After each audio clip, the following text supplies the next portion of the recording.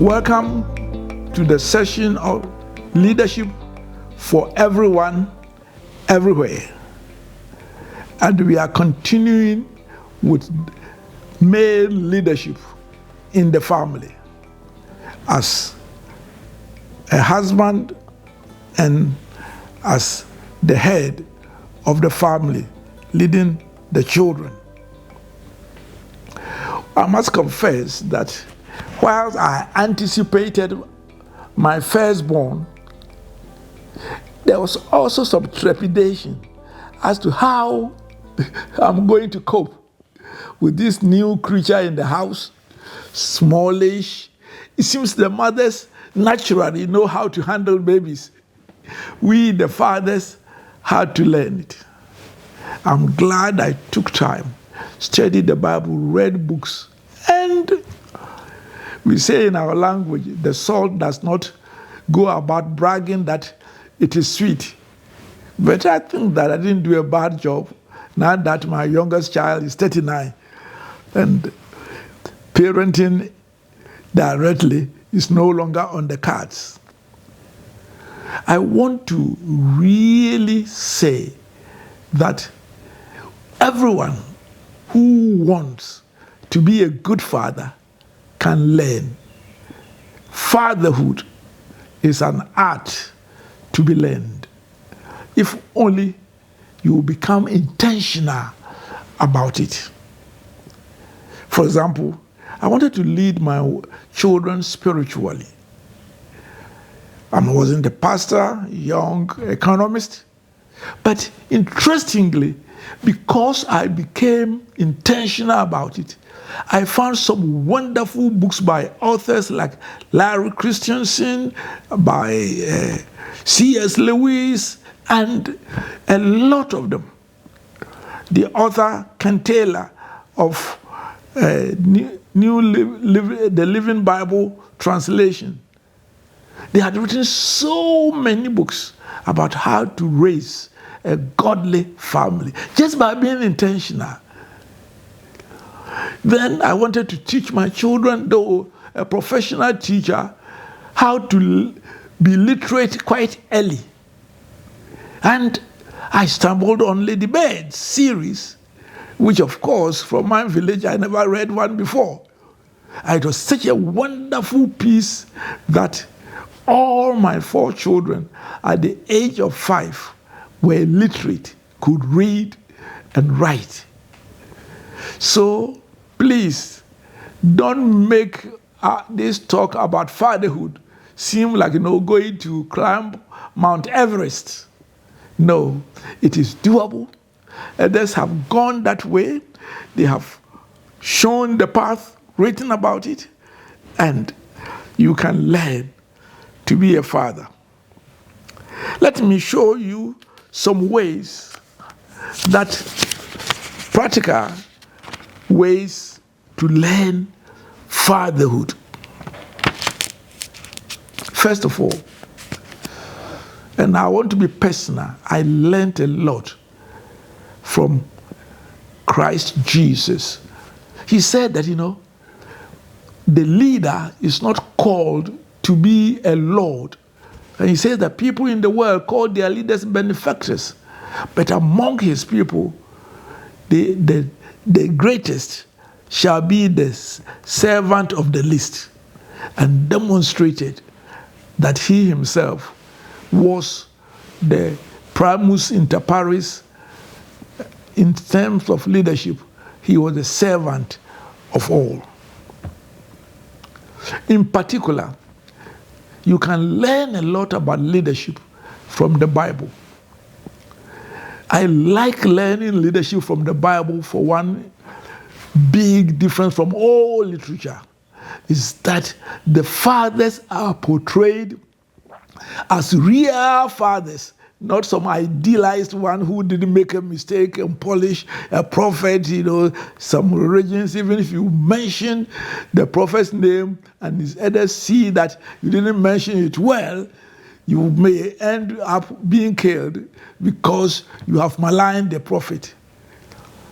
When you see Abraham with his strength and weakness, Noah even, and of course, our own first parents, Adam and Eve. You see David and his strengths, his love in raising people like Solomon, and yet his weaknesses. So I like the Bible as a leadership and home leadership rule because I learn what to avoid and also what to major on. Fortunately, there are authentic leaders about, and you can read about them in a lot of good literature. I found that focus on the family, books by J.C. Maxwell, Larry Christensen, and the rest. Especially a book I learned just when I got married. It was a gift from a Christian brother, and it's called by Larry Christensen, The Christian Family. Immediately, I started learning what it takes to be a father, of course, first a husband. Then there are a lot of literature, not necessarily religious, about leadership. And some are very humorous. And because it laughs at fathers and the mistakes they make. And there are so many of them in this day and age. I don't need to list all the books, because if you go to AI and Google, you have all good leadership books. Learn them. It is not rocket science. Everyone can read them. And of course, you have available my book called To Lead, being the leader that your family needs. I also found that occasionally, and sadly we don't have it much in this part of the world, there are seminars which are organized for fathers.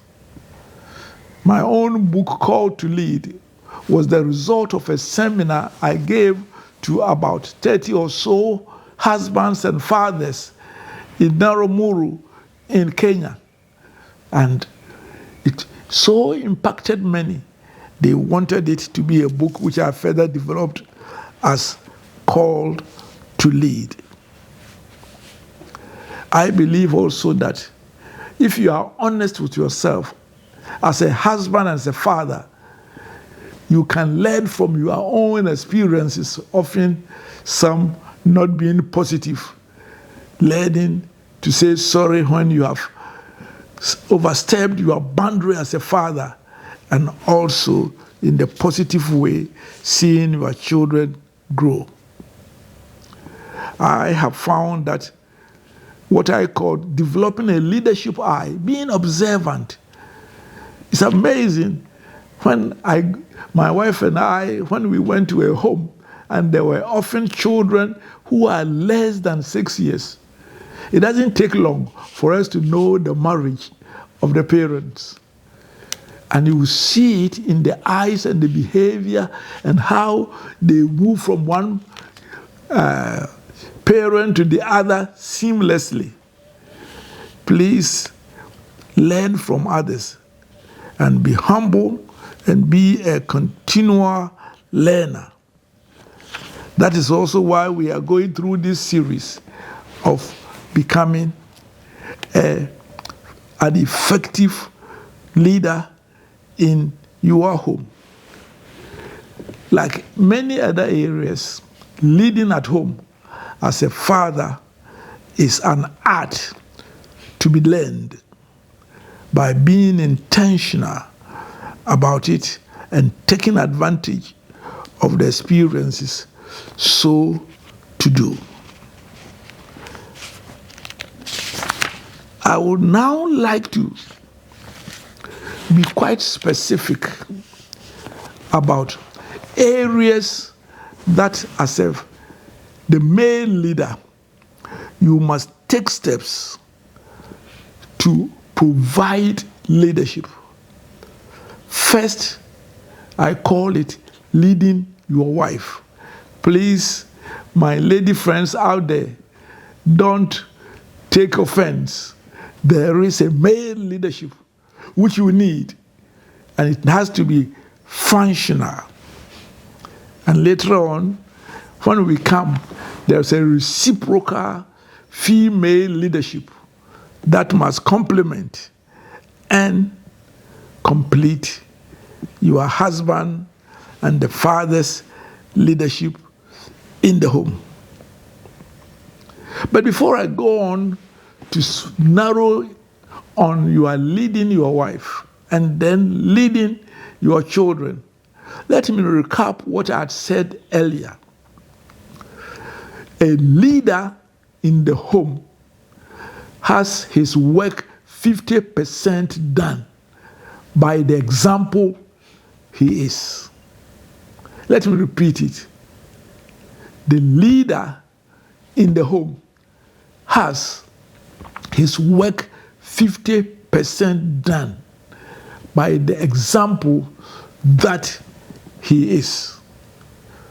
If he is the model, a mentor, and a minister, oftentimes he will find that leadership becomes easy. As a model, he is to embody the values and the principles that he wants the family to follow.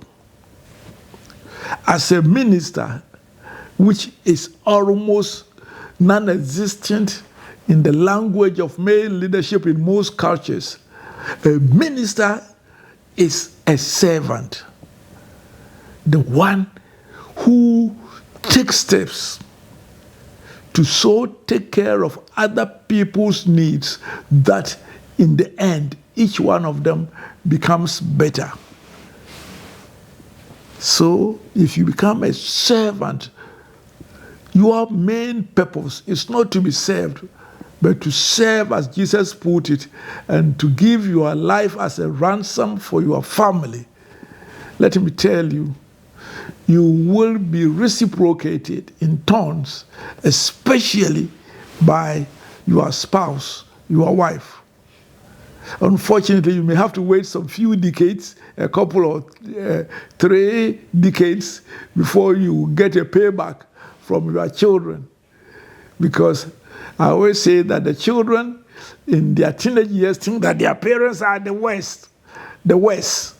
Then when they are getting to their mid-20s, they think that they are super wise compared to their parents. But when they are 35 and going, then they want to come to you for advice, which they spend.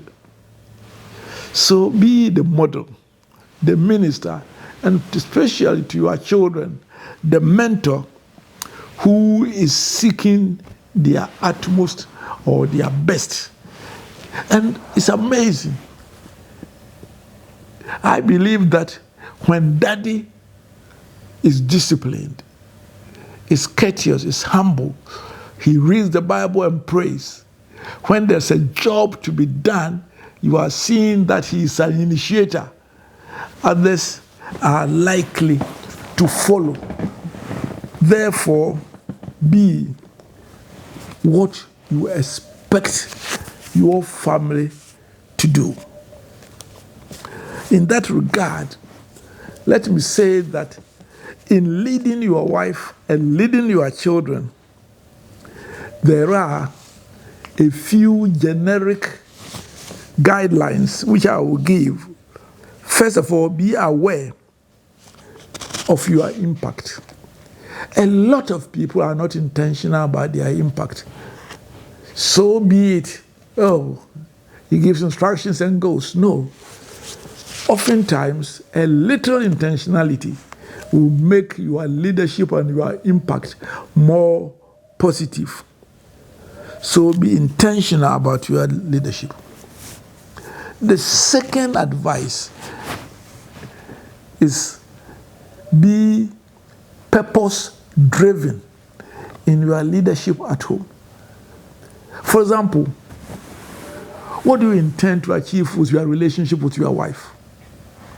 For example, mine was very simple. My aim was to make my wife the happiest woman on earth. And that is it. Finish. Simple, but most powerful.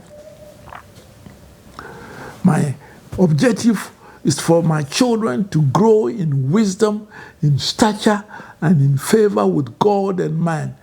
That means, of course, those who know the Bible know I'm quoting from Luke chapter 2, verse 52. But the essence is that I'm not interested in their becoming, yes, academically the first. That's important. But balanced. They grow physically, intellectually, in the fear of God, and in their relationship with others.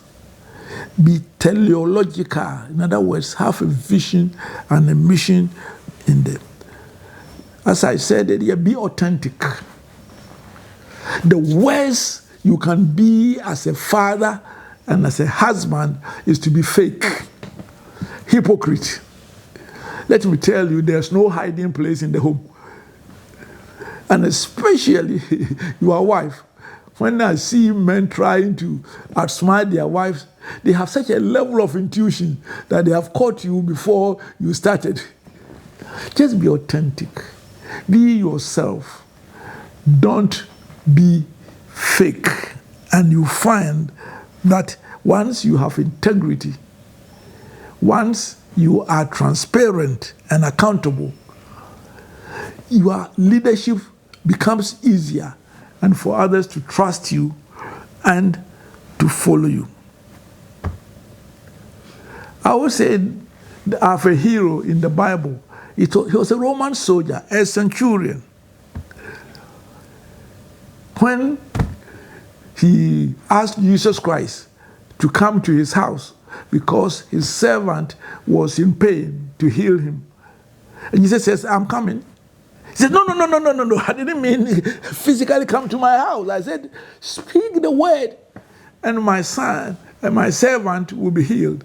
And he added, I am a man of authority with soldiers under me. 100 soldiers make him a centurion. When I said, do this, they do that. Do this, and they do it. Therefore, you don't need to come. Just speak the word. What I'm saying is this.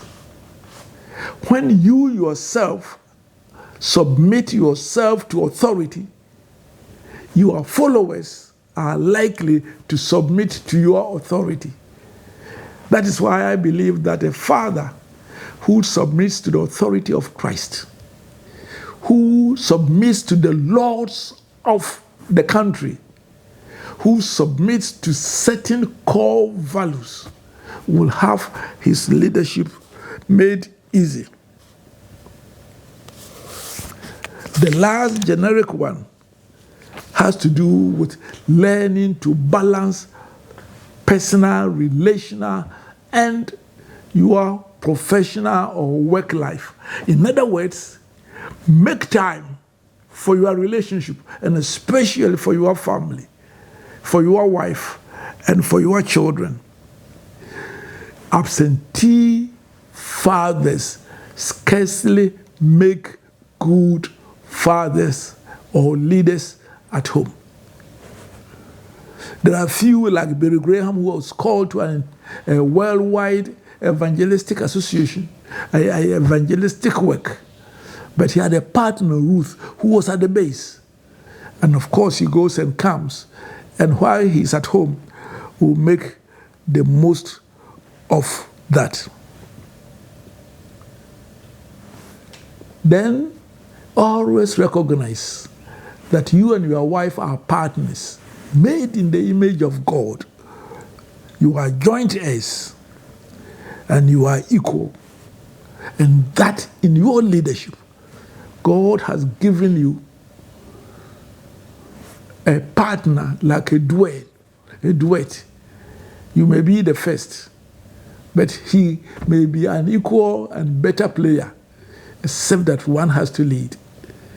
With this as a background, let me go to the next episode and focus on leading your wife or your significant other. Shalom, and may the Lord be with you. Always at 8:30 a.m. on Saturdays, Don't forget, meet me on ZFM 101.9. ZFM 101.9.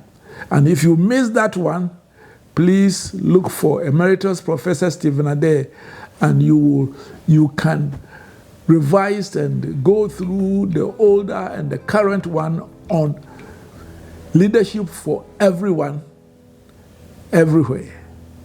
Shalom. The Lord be with you.